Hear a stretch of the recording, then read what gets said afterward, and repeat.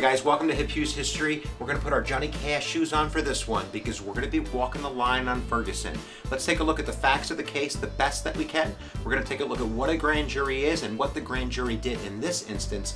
And then we'll talk a little bit about those who support the police officer Darren Wilson and his lack of an indictment, and those who believe that he should have been indicted. So giddy up for the learning, guys. Let's take a look and get her done right now.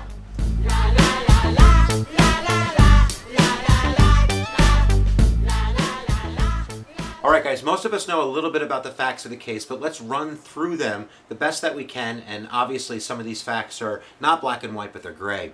So Michael Brown, who was with his friend Dorian Johnson, were walking down the street after they had just robbed a convenience store. They had stolen a pack of cigarellas, some kind of smoking device, and the best that we can tell, the officer, Darren Wilson in this case, knew that there was a robbery, but when he first spotted Michael Brown, he might not have known that he was the suspect until he noticed that there were this kind of cigars in his pocket.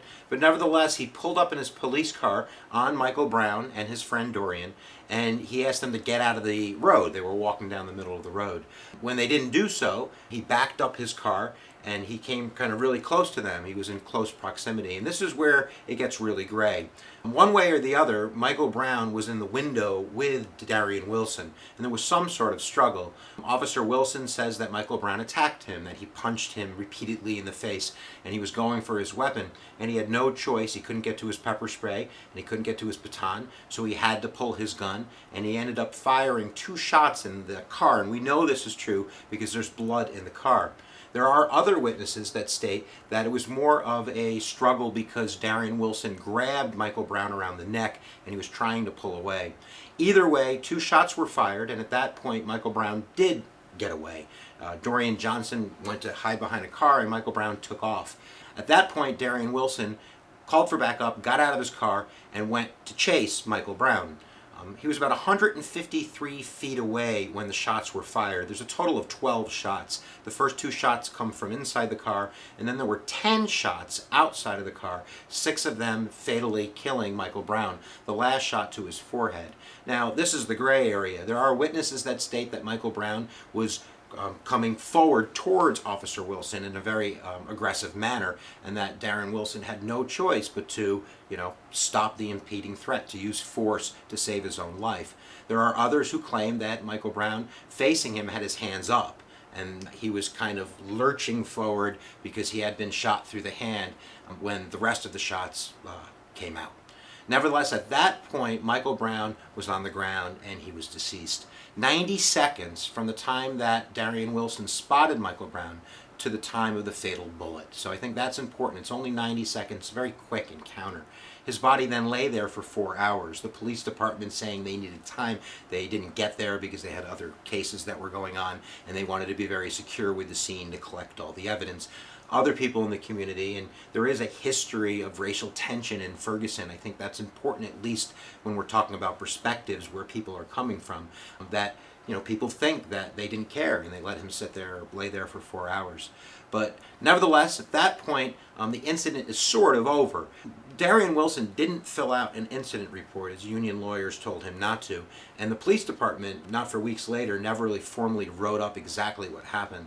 So that adds a little bit of mystery to what happened. At that point, though, there were riots and there were protests that came about in Ferguson, Missouri. The police department was condemned in some circles because they kind of used a very overtly military force to stop what they saw as lawlessness. At that point, Governor Nixon, the governor of Missouri, put the state police in charge of kind of securing those protests, and that kind of died down. So let's take a look at the grand jury. You probably are wondering, what the heck is a grand jury? We probably should tell you.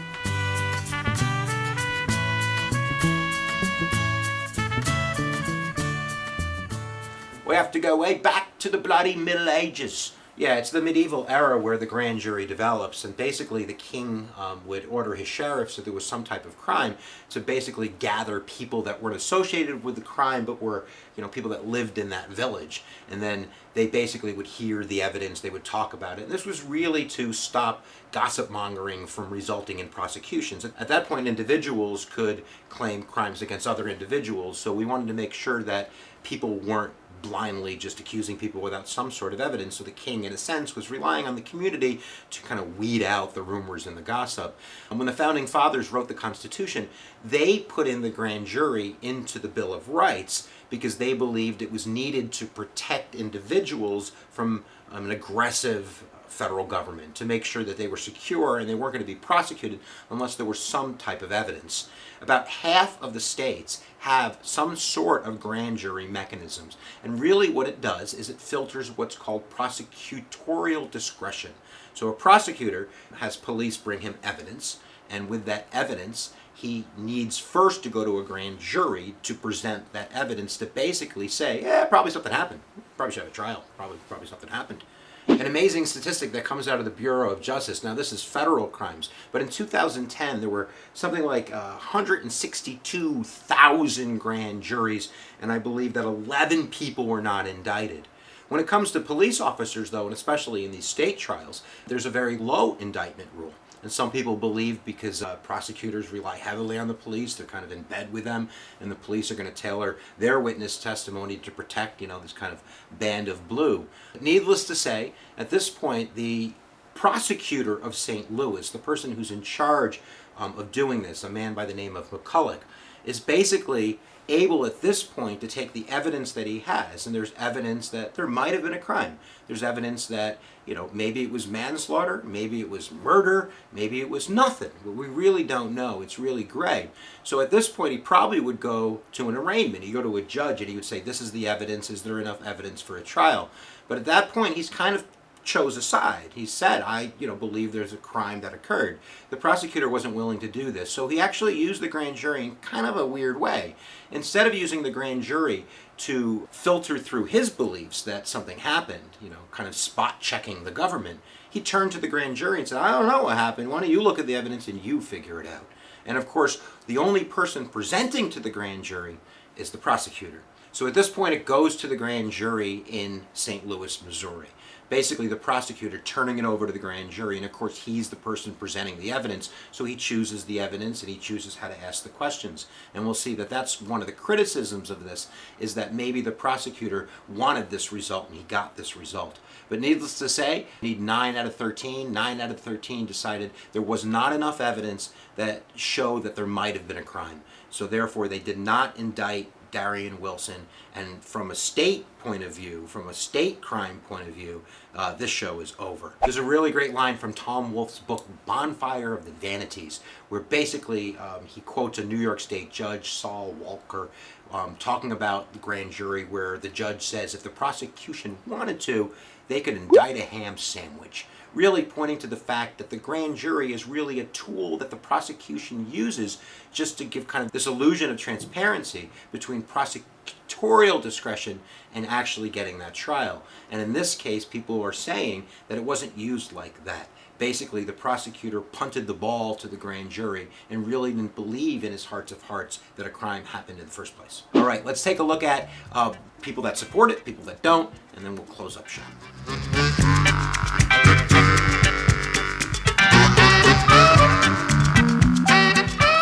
So let's take a look at why this is so controversial. If you look at the facts of the case, it really depends which side you're on, which is going to point you to the facts that you're going to want to accept. People that support Darian Wilson are going to claim that, look, initially the witnesses said there were no struggle in the car. We have blood in the car. Initially, the witnesses said that he was shot in his back as he was running away. There are no shots to the back according to the autopsy. Darian Brown had injuries on his face to back up his story. And moreover, I think holistically what they would say is that in these types of events, we have to give the benefit of the doubt to the police because they're the ones that are protecting the community. They're the ones that are putting their life on the line. We also can't ignore racism, and this is at the heart of many of the complaints from the protesters, that it's systemic racism that really brought about this, that these white officers that patrol these black communities see black teenagers, black men, not as free citizens, but as suspected criminals, and they treat them as such, and it's no wonder that this doesn't happen. And then when it happens, that white police force or that white prosecutor sees it through the very same eyes. They see a hoodlum that got shot, and it's unfortunate, rather than a free person walking around that was shot by the police. Now, you can accept that or you can not accept that, but you can't deny that people believe that and act accordingly. So let's sum it up, guys, and we'll see if we can't get to the comments where you can lay it out and tell us what you think.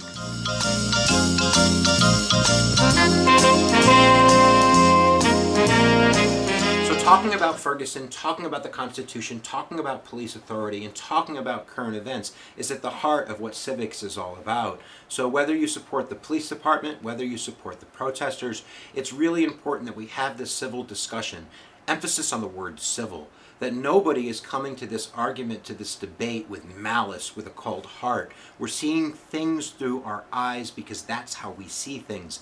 And the only way to broaden our perspective is to listen to others. So leave it down in the comments below, guys, and whatever you think, just make sure that you keep it civil. That's really important to hip Hughes. So giddy up for the learning, guys. We hope that you have a handle on this subject a little better than when you came to the video. And if you haven't subscribed, we're going to put a funky big red button up there. You can press it and you'll zip off to the land of free subscriptions. How about that? We have over 300 videos in Hip Hughes history. We certainly hope that you check it out. Canadian in me. I'm not Canadian. Not that there's anything wrong with that.